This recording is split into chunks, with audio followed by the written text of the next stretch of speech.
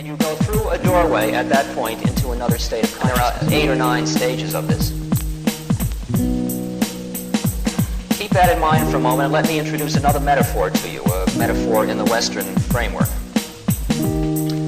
Think of a solid object, mass, as a pattern of energy.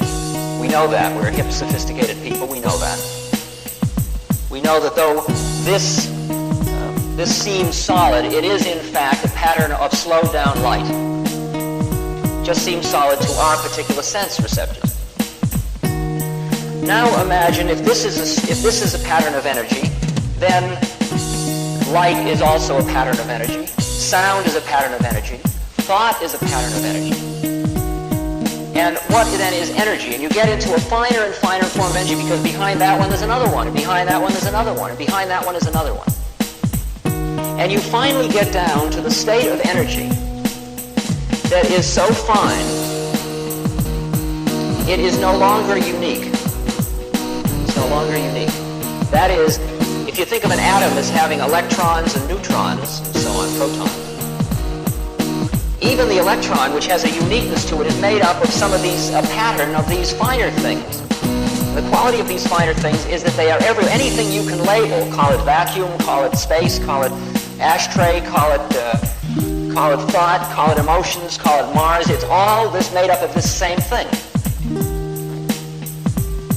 Are you with me? You got the image?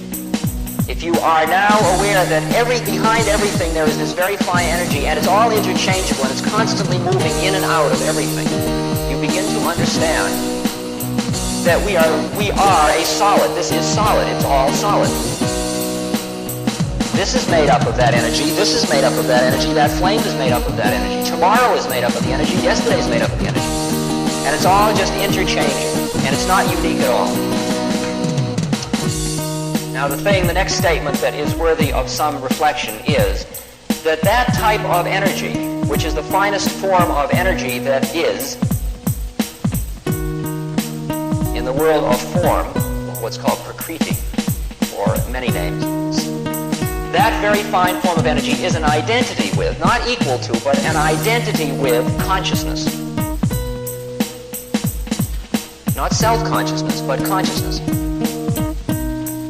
That means that when you extricate yourself from the time-space locus of this body, these thoughts, this set of senses, you, what you call me, that I that I experienced when I first took psilocybin, the Ramana Maharshi experienced when he thought he was going to die, that I that has nothing to do with this body, this personality, this whole trip.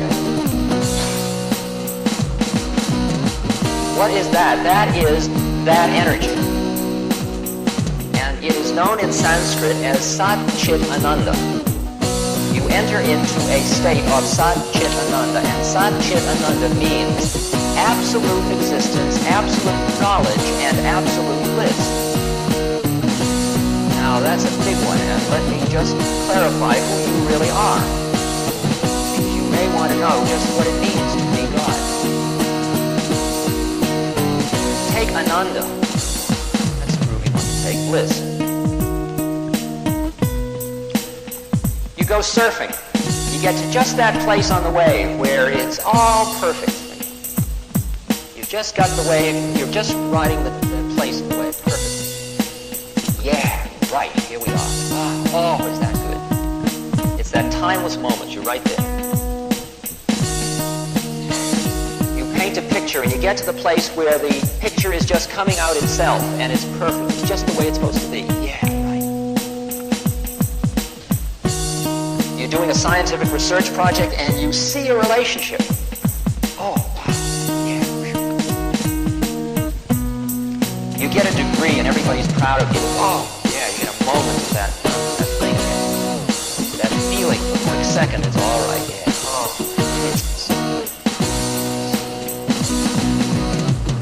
the method that most Westerners are most familiar with for getting to that little place is, of course, the sexual experience.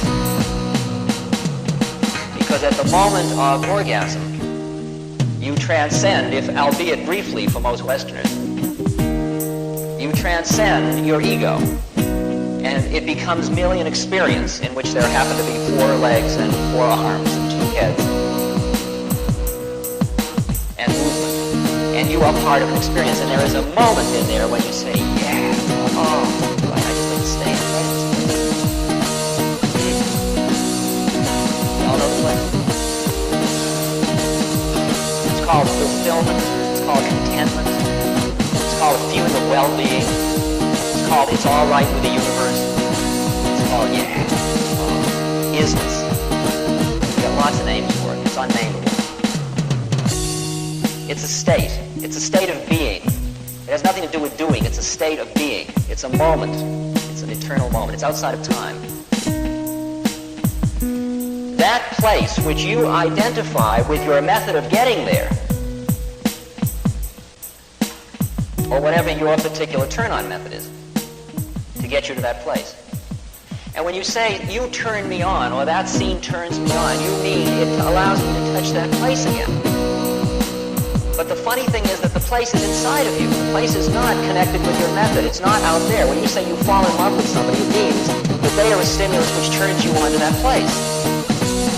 Now you've got to understand that Satchit Ananda means living in that place all the time. When I try to figure out where Maharaji's state of consciousness is in, I begin to understand he's in what's called Sahaja Samadhi. He is living in a state of perpetual, total, ecstatic sexual union with the entire universe at every moment. Is that enough? That's known as Ananda.